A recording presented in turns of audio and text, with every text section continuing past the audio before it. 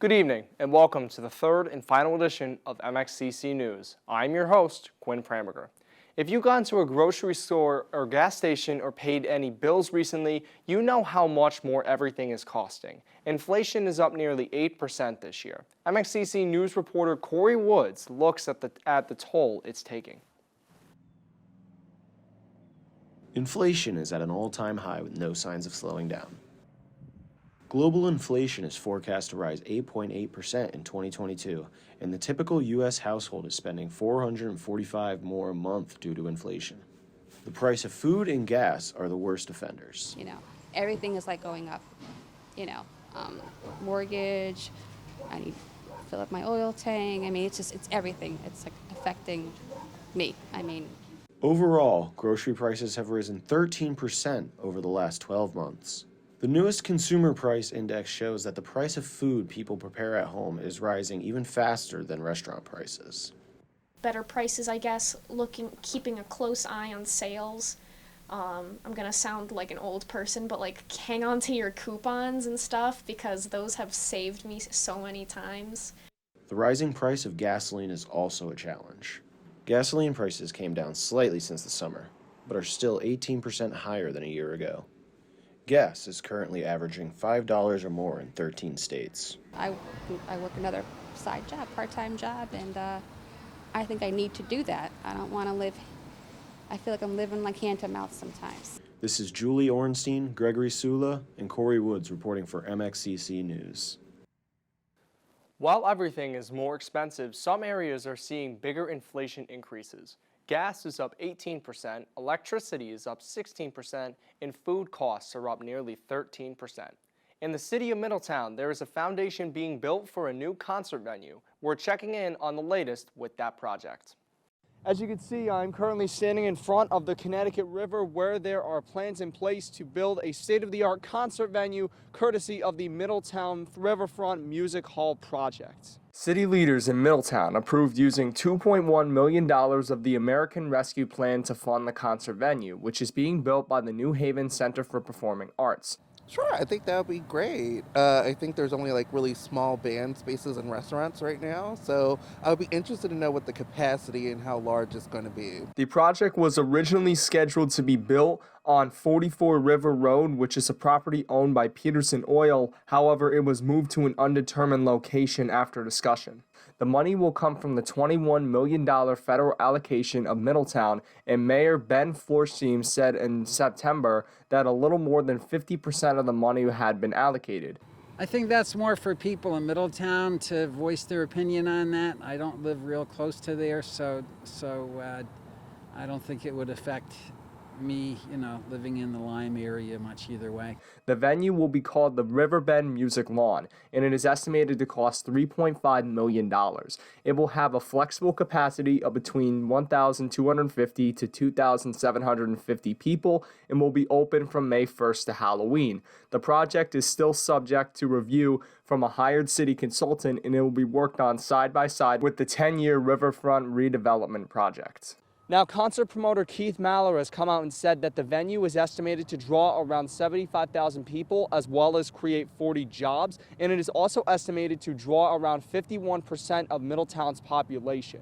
Maller, who is the co-founder of Premier Concerts, which is based in New Haven, as well as Manic Presents, is no stranger to projects like these, as he has previously worked on the College Street Music Hall, the Westville Music Bowl, which is based in New Haven, as well as the concert field at South Farms. So that goes without saying, he has a lot of experience, and there is a lot of optimism surrounding this project. Quinn Pramberger and Corey Woods, MxCC News.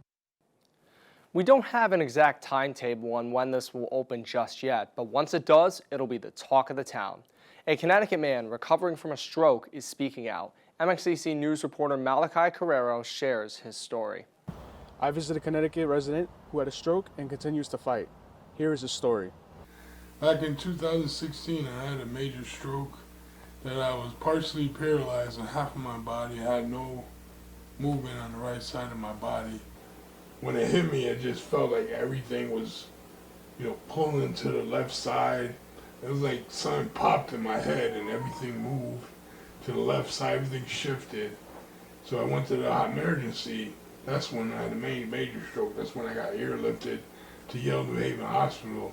And that's when I was paralyzed on my right side. Anthony continues to stay motivated, persistent, and is currently doing physical therapy at home every day. Anthony wants to share this remarkable story for anyone that is feeling down and is in this situation or worse, as he also said that this caused him to be depressed and in a dark place. And I had all the machines I was hooked up to, and the doctors didn't really have any hope for me. Let alone they thought I was going to end up being a vegetable. Exercise bike and stuff like that, and try to get mobility on my right side. I've got the mobility back. So, but just strengthening my muscles and stuff, man.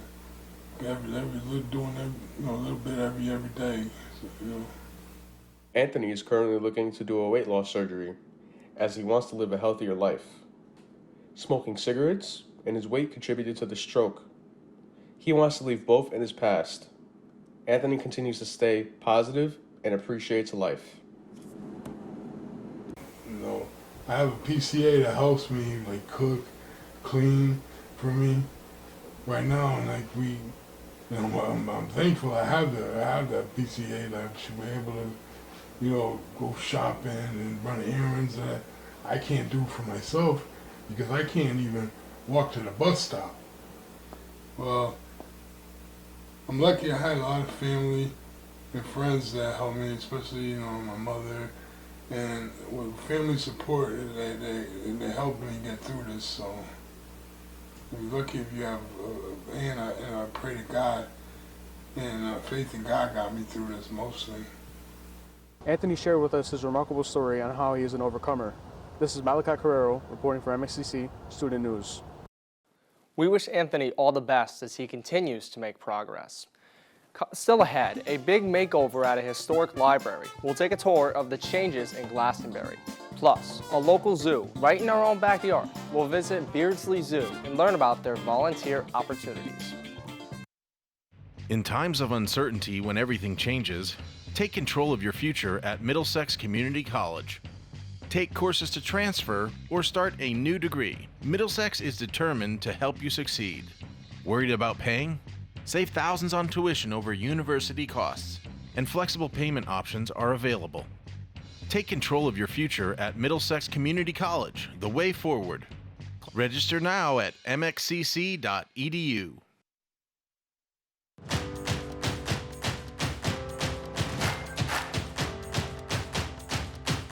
So the reason I chose the Middlesex Veterinary Technology Program was because of all the opportunities it had with Piper Olson Veterinary. There's no other place where you would have access to that. I would definitely recommend Middlesex to anybody who's interested in that career because you're going to be 100% prepared to start your job. That is really empowering.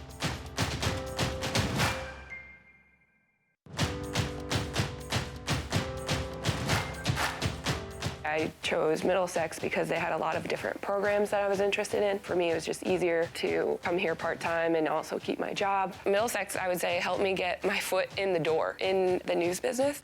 The Center for New Media has all the stuff that I see daily at News 8 to be able to jump on and say, I have experience with a control room, I have experience with a TV studio. It's definitely a good choice. Welcome back. The town of Glastonbury recently unveiled new renovations and updates to a historic community landmark. MxCC News reporter Gregory Sola has the latest on the reopening of the Wells Turner Library following significant changes. Following significant changes and recent remodeling renovations, the town of Glastonbury, Connecticut has recently reopened the historic town library to resume normal operating hours for local residents and community members. Originally constructed in 1952, the Wells Turner Memorial Library has continuously provided literature, media, and facilities to inform, educate, and culturally enrich the community throughout the town's history. The town of Glastonbury, Connecticut has continuously renovated and updated library facilities to facilitate population growth as well as a transition to a more digital programming and platforms. The new renovations will allow for more programming. We now have upstairs an area we call the Commons that can accommodate up to 120 people for a program. It's designed to be used after hours because it could get loud. But I think, we've got probably 4 or 5 places for programming now. The primary objective of the recent renovations was to refresh the public spaces within the library to best serve the current and future needs of the growing town of Glastonbury, including additional workspaces, common areas, and a makerspace for sharing equipment and technological expertise. Well, we're always looking for new services that we can offer to provide. Well, within the year we added a newspaper service, press reader, so that people can access newspapers online. We tried during the pandemic to do as much digitally as we could. Throughout the COVID-19 pandemic, the Wells Turner Memorial Library extended their efforts in providing more digital means of consuming literature and receiving information to compensate for a lack of on-campus learning. The library has since resumed its normal operating hours and welcomes the community back within the facilities, while still providing a digital consumption option. The Wells Turner Memorial Library is located on Main Street in Glastonbury, Connecticut, and is open to the public Monday through Thursday from 9 a.m. until 9 p.m., Fridays and Saturdays from 9 a.m. to 5 p.m., and Sundays from 1 p.m. to 5 p.m. For MxCC News, this is Gregory Sula reporting. And now, get ready everybody, because we're going to the zoo. Reporter Andrew Scott takes us to Connecticut's Beardsley Zoo in Bridgeport to learn about the facility and maybe how you can get involved. Let's take a look. This is Andrew Scott, reporting here from Connecticut's Beardsley Zoo in Bridgeport. I was lucky enough to sit in with Tracy Benham, volunteer head here at the zoo. First, I asked her just a little bit about the zoo. And the park goes back to the 1880s. It was a donated park and land, and then from Mr. James Beardsley, and then over time it became a zoo in 1922, so that's why we're having our 100-year. So over that time we've evolved and changed and become more about conservation and education, but we always try to make sure we're a fun place for our guests to come. But the modern zoo, a well-run zoo, we're AZA, Association of Zoos and Aquariums, so we're held to pretty high standards. They're here for multiple reasons.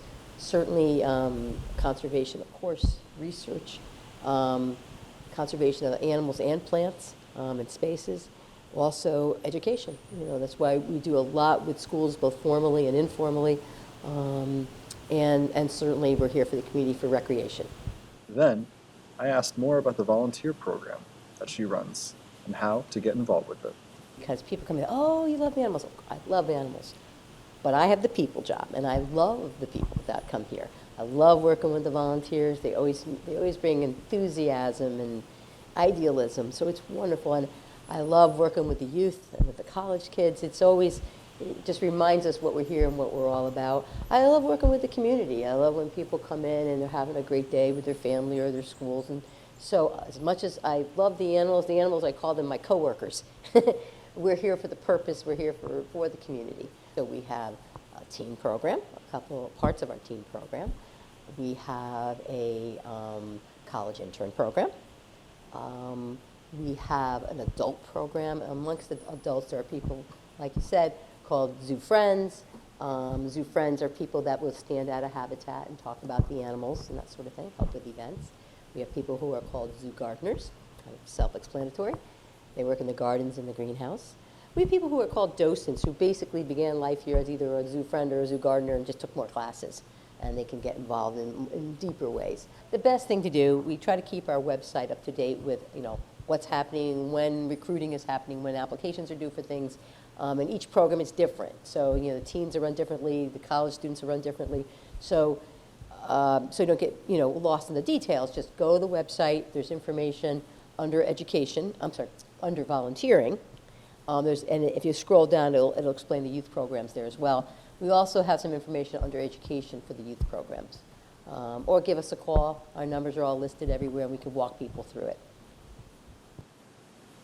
This has been Andrew, and I hope the rest of your day is truly wild. Still ahead, a local stage has a show that'll really get you in the holiday spirit. We'll visit the Legacy Theater next.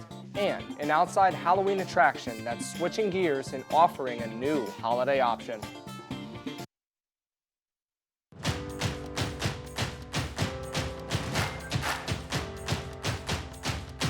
I really had no idea of what I wanted to do, so I worked a lot of minimum wage jobs. And finally, I was just like, I just need to go back to school because I wanted to get a business degree. And Middlesex Community College was super convenient. I got a lot out of Middlesex.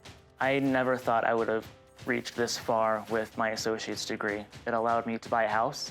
I was able to get married. It was a dream.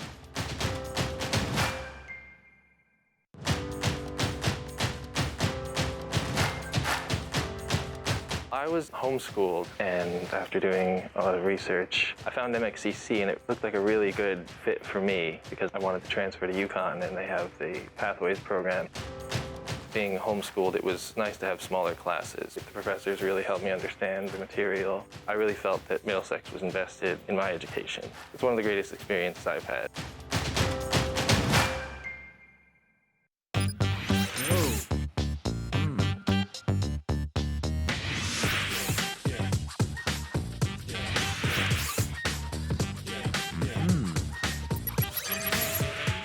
Your future begins here. At Middlesex Community College, you will find affordable, quality education to land the career of your choice. With over 70 options, make the decision to start now. Visit mxcc.edu to get started today. Christmas is fast approaching, and with the holiday comes many festivities, like one new theater's production of A Christmas Carol. MxCC News reporter Julie Orenstein shares more.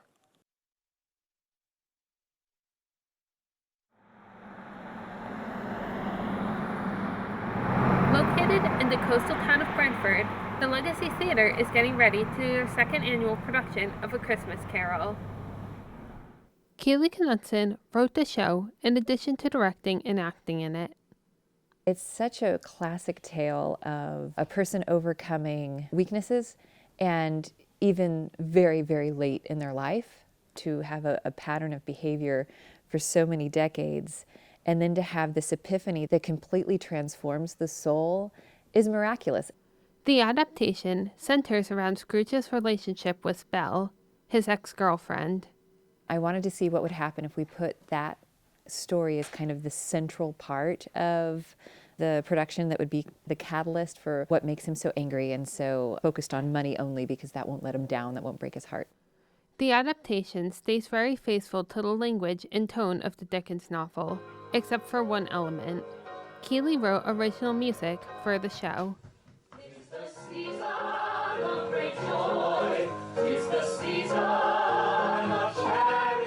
These songs just came to me. The lyrics were very easy, and plus it's a great way to express the merriment of the season. So Keely wrote the melodies and the lyrics, and then she gave them to me and I orchestrated them. I'd never really written music for a show before. So that creative process was new and exciting and different for me. And seeing it come to life was just an incredible experience.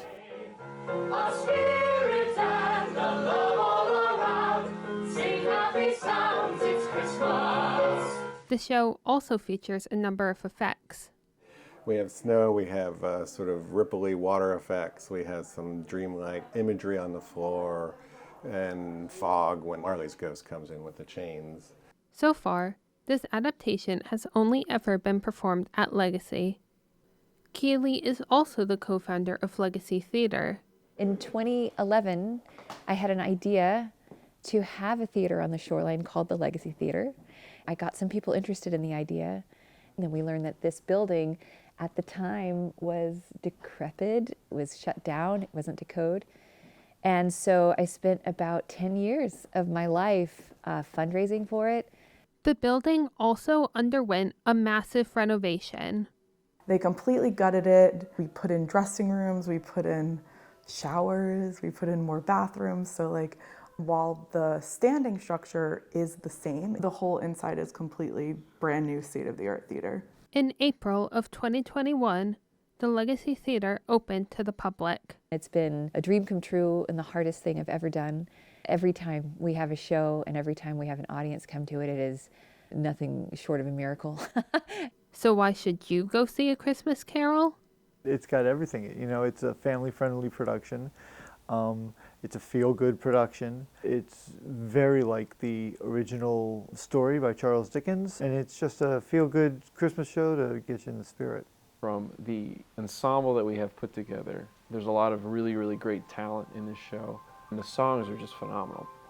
Like there's some that I've only heard a couple times now, and they're already like, wow, that's a Christmas tune. It's like it gets in your bones, like it makes you think about Christmas. It's one of those stories that we never get tired of hearing because it's about redemption.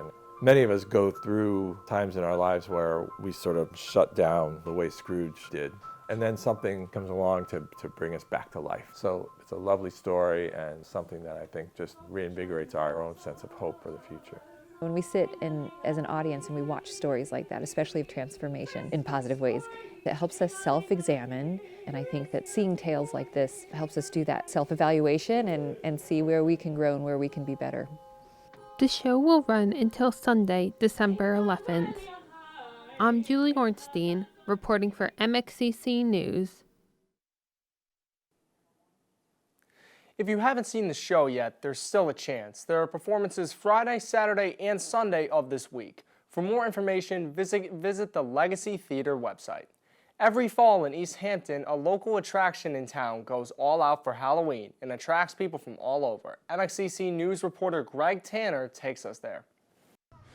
Hi, this is Greg Tanner. I'm here at Pumpkin Town, USA, in East Hampton, Connecticut, at Paul and Sandy's 2. Welcome to Pumpkin Town, USA, where they have pumpkins that look like people. We have the Pumpkin Town Cowboy, the Pumpkin Town Jail, the Mayor of Pumpkin Town, the Pumpkin Town Post Office, the Pumpkin Town Barber Shop,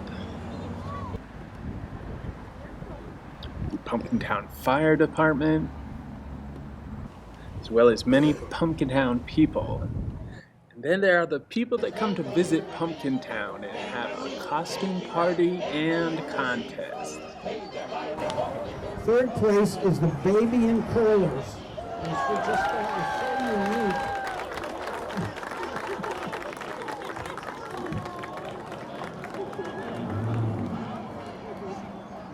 Second place is the Princess in a Wagon. Probably too young to know she won, but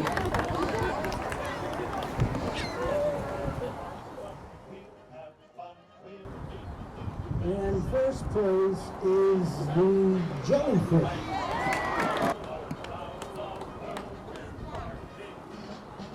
Great job.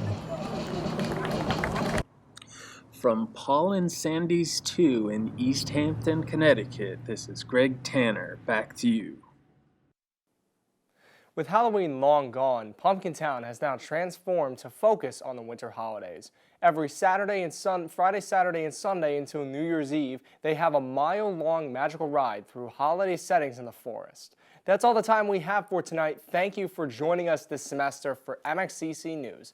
I'm Quinn Pramerger. Good night.